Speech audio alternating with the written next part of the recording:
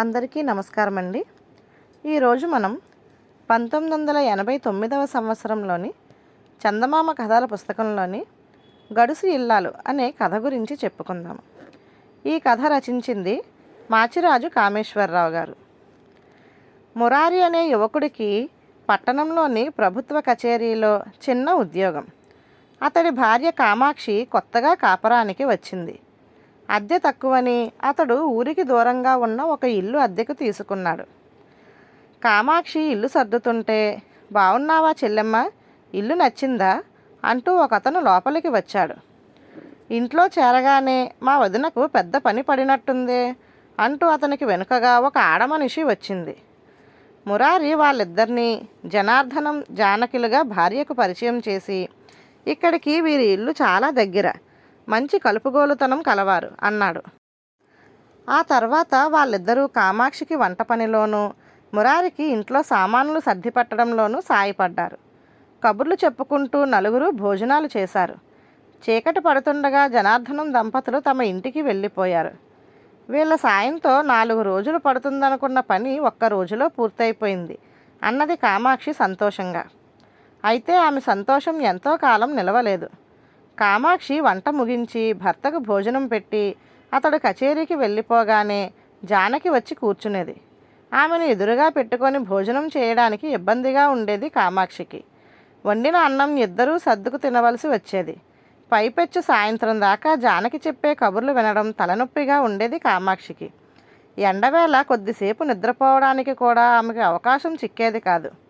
ఇక జానకి భర్త జనార్దనం మురారి సాయంత్రానికి ఇంటికి తిరిగి రాగానే తాను వచ్చి ఇంటి ముందు గదిలో కూర్చొని అతడితో కబుర్లు ప్రారంభించేవాడు. మురారితో పాటు హాయిగా ఫలాహారం తిని చీకటి పడ్డాక తిన్నగా ఇంటికి వెళ్ళేవాడు.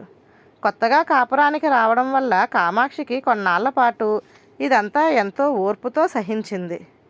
ఒకనాడు ఆమె భర్తతో, ఈ జనార్దనం దంపతులు పీడలా దాపురించారు, వీళ్ళ పుణ్యమా అని మనం నదీ తీరంలో ఉన్న గుడికి కూడా సాయంకాలం వేళల్లో వెళ్ళలేకపోతున్నాం అన్నది. భార్య మాటలకు మురారి నవ్వి ఊరుకున్నాడు. భర్త చాలా మొహమాటస్తుడని కామాక్షి కాపురానికి వచ్చిన వారం రోజుల్లోనే గ్రహించింది. రేపు జనార్దనం రాగానే గుడికి పోతున్నామని చెప్పి బయలుదేరి వెళదాం అన్నది కామాక్షి. అలా చేయడం ఏం మర్యాద అనిపించుకుంటుంది అన్నాడు మురారి. ఇక భర్తకు చెప్పి ప్రయోజనం లేదని, తానే ఏదో ఒకటి చేయాలని కామాక్షి నిశ్చయించుకుంది.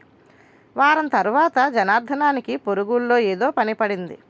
అతడు మురారి ఇంటికి వచ్చి, 2 రోజుల్లో తిరిగి వస్తాను, మా ఆవిడ ఒంట్లో బాగోలేదు, బజారు నుంచి ఏమైనా కావాలంటే తెచ్చి పెట్టండి అని మురారికి చెప్పి వెళ్ళిపోయాడు. మర్నాడు కచేరీకి పోయే ముందు మురారి జనార్దనం ఇంటికి వెళ్ళాడు. జనార్దనం భార్య అతడికి ఒక కాగితం ఇస్తూ, అన్నయ్య, కచేరీ నుంచి వచ్చేటప్పుడు అందులో రాసి ఉన్న సరుకులు తెచ్చిపెట్టు అన్నది. ఆ సాయంత్రం అవన్నీ కొని తేవడానికి మురారికి 200 రూపాయలు ఖర్చయ్యాయి. జనార్దనం పొరుగురు నుంచి తిరిగి వచ్చాడు. 10 రోజులు గడిచినా ఆ డబ్బు ప్రస్తావన అతడు తేలేదు.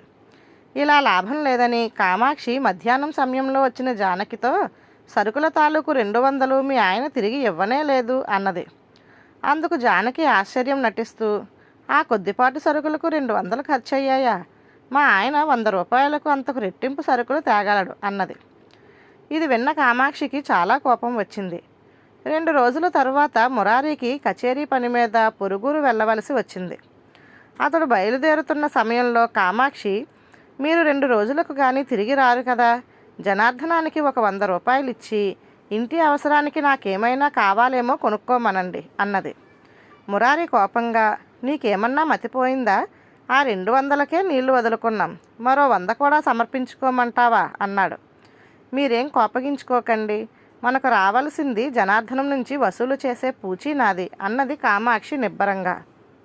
మురారి జనార్దనానికి 100 రూపాయలు ఇచ్చి సంగతి చెప్పి ఊరికి వెళ్ళిపోయాడు. మర్నాడు కామాక్షి ఊహించినట్టుగానే, బజారు నుంచి సరుకులు ఏమైనా తేవాలా చెల్లెమ్మ అంటూ జనార్దనం వచ్చాడు. వాటికన్నా అతి ముఖ్యమైన పని ఒకటి ఉంది అన్నయ్య అని కామాక్షి అతడికి ఫలహారం పెట్టి చీర కొంగుతో కళ్ళొత్తుకుంటూ, మా ఆయనకి నా తరపు వాళ్ళంటే బొత్తిగా గిట్టదు, మా తమ్ముడి చదువుకు సమయానికి మా నాన్న దగ్గర డబ్బు లేదు, నేను మా అమ్మ ఇచ్చిన బంగారు గాజులు రహస్యంగా అమ్మేద్దాం అనుకుంటున్నాను, ఈ సంగతి మా ఆయనకు తెలియకూడదు అన్నది. బంగారం మాట వింటూనే జనార్దనం మాత్రంగా ఆ మాత్రం సహాయం చెయ్యలేనా? ఏవి ఆ గాజులు వేగిరం పట్రా అన్నాడు. కామాక్షి ఒక క్షణం మౌనంగా ఊరుకొని, మరొక ఇబ్బంది వచ్చిందన్నయ్య. పట్నంలో మా తమ్ముడు రుసుం కట్టవలసింది ఇవాళేనట. 300 కట్టాలి. శుక్రవారం రోజున గాజులు అమ్మడం నాకు ఇష్టం లేదు. మరేం చేయాలో నాకు పాలుపోవడం లేదు అన్నది. ఆ వెంటనే జనార్దనం, మీకు నేను 200 ఇవ్వాలి. మీ ఆయన నిన్ననే 100 ఇచ్చాడు. ఆ 300 తెచ్చి ఇస్తాను. డబ్బు మీ తమ్ముడికి పంపించేయి. గాజులు రేపు అమ్మేద్దాం అన్నాడు. కామాక్షి సరేనంటూ తల ఊపగానే జనార్దనం అప్పటికప్పుడు ఇంటికి పోయి 300 రూపాయలు తెచ్చి ఇచ్చాడు. ఆ మర్నాడు పొద్దున్నే అతను బంగారు గాజుల కోసం వెళ్ళేసరికి కామాక్షి దిగాలు పడి కూర్చుని ఉన్నది. ఆమె జనార్దనాన్ని చూస్తూనే బావురుమని, మా ఇల్లు గుల్లైపోయిందన్నయ్య. రాత్రి దొంగలు బంగారు గాజులతో పాటు విలువైన వస్తువులన్నీ దోచుకుపోయారు. కొద్ది రోజుల పాటు మమ్మల్ని నువ్వే ఆదుకోవాలన్నయ్యా అన్నది. ఆ మాటలు వింటూనే జనార్దనం వెర్రివాడిలా ముఖం పెట్టి, మా అత్తగారికి ఒంట్లో బాగాలేదని కబురు వచ్చింది. పెద్ద వయసు, ఏమవుతుందో ఏమో. ఊరి నుంచి తిరిగి రాగానే మళ్ళీ కనబడతాను అంటూ గబగబా వెళ్ళిపోయాడు. ఆ తర్వాత 4 రోజులు గడిచినా జనార్దనం కానీ అతడి భార్య కానీ మురారి ఇంటి గడప తొక్కలేదు. బజారులో మురారి ఎదురుపడితే జనార్దనం ముఖం పక్కకు తిప్పుకోసాగాడు. చిన్న నాటకం ఆడి ఈ జనార్దనం దంపతుల పీడ విరగడ చేశావు. మొత్తానికి గడుసైన దానివే అంటూ మురారి భార్యను మెచ్చుకున్నాడు. మీలో ఉన్న మితిమీరిన మొహమాటం పూర్తిగా వదిలిపోయే వరకు నేను గడుసుగానే ఉండాలి. మరి ఏం చేసేది అన్నది కామాక్షి నవ్వుతూ. ధన్యవాదాలు.